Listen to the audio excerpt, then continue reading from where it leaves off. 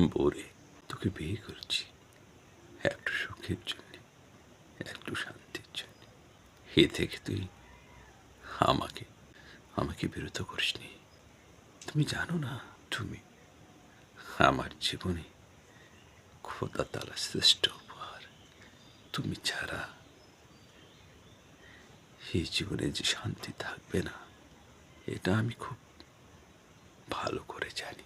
তুমি কি তোমাকে খুশি রাখতে না পারলে যে আমার সৃষ্টিকর্তাও আমাকে ভালোবাসবে না। তোমাকে আমি খুশি খুশি রাখতে চাই। তুমি শুধু তুমি শুধু আমার প্রতি অবিচার করো না, আমাকে ভালোবাসো, আমাকে ভালোবাসতে শেখো। তোমার কাছে আর কিছু চাইবার নেই।